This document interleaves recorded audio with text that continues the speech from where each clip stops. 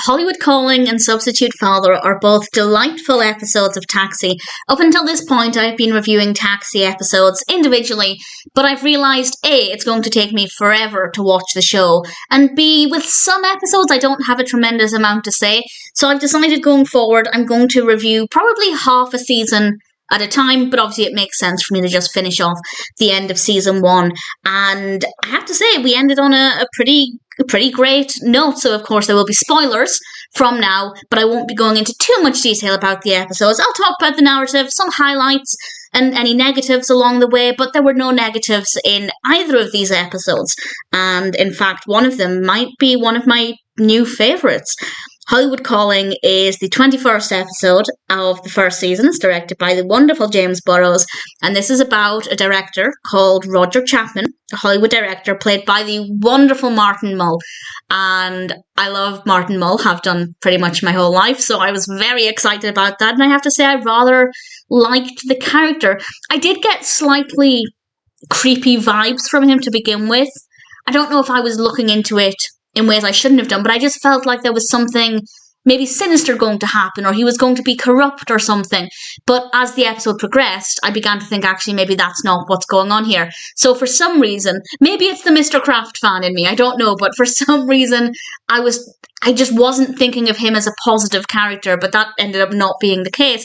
And the film is all about him talking with the taxi drivers, or the episode rather, is about him talking with the taxi drivers because they're creating a film about a taxi driver, and he actually decides he wants to model the film's protagonist on Alex, but Alex doesn't really want to talk about his personal life. I feel like maybe they should have done something a little bit deeper with that. Alex just kind of brushed him off, and I was waiting for something more emotional to happen, for there to be a deeper reason why Alex didn't want to talk with him, and it never really came to fruition. So I feel like maybe they could have made this a little bit more moving and a little bit more meaningful, but absolutely that's not a negative, more just something that I think would have made it even better.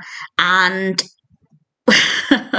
we did get a bit of suspense because they're actually planning on shooting some of the film at the garage with the taxi drivers as extras, as long as, and I quote, just as long as Louie didn't object.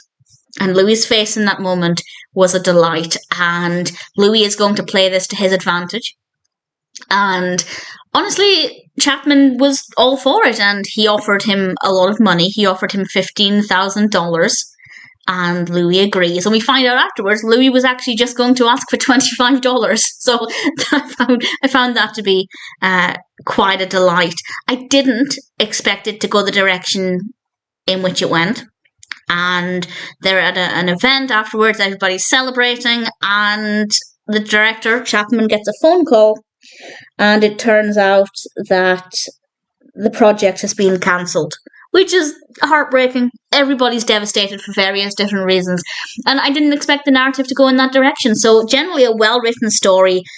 Absolutely loved Chapman's role in this. Probably biased because I love Martin Mull, but I really enjoyed the character.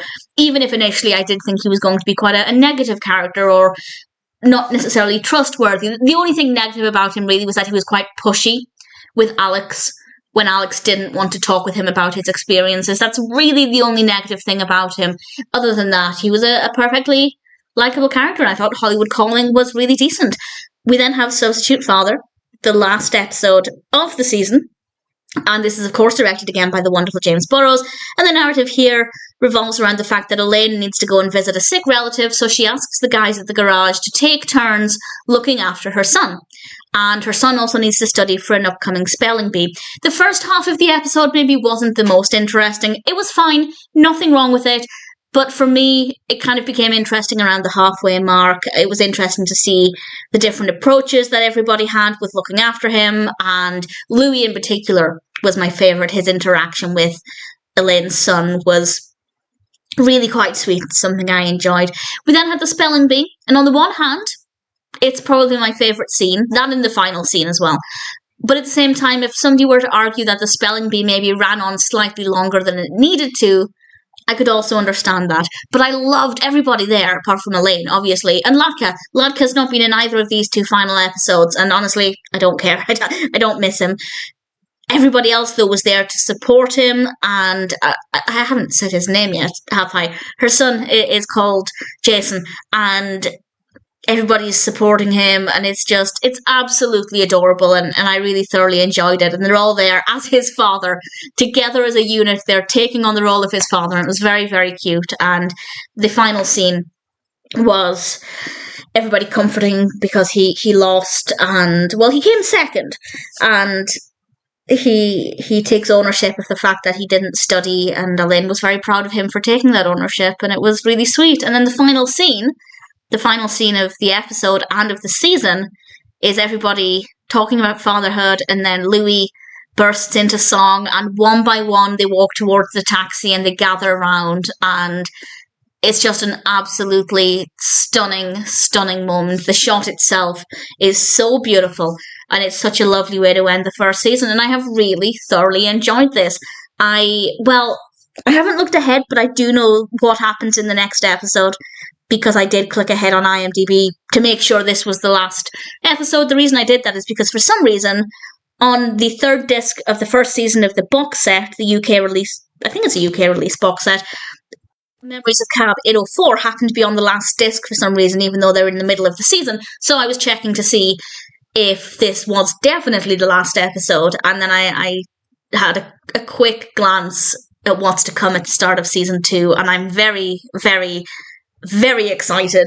And it's just ironic that there are several things that I love. Martin Mull, something happening in the next episode, where honestly I could probably talk at length. So I probably picked the wrong time to start discussing these in batches rather than individually. But on the plus side, it means I'll get through the show much more quickly rather than having to just ration it to one a week. So very excited about that. Hollywood Calling, absolutely brilliant.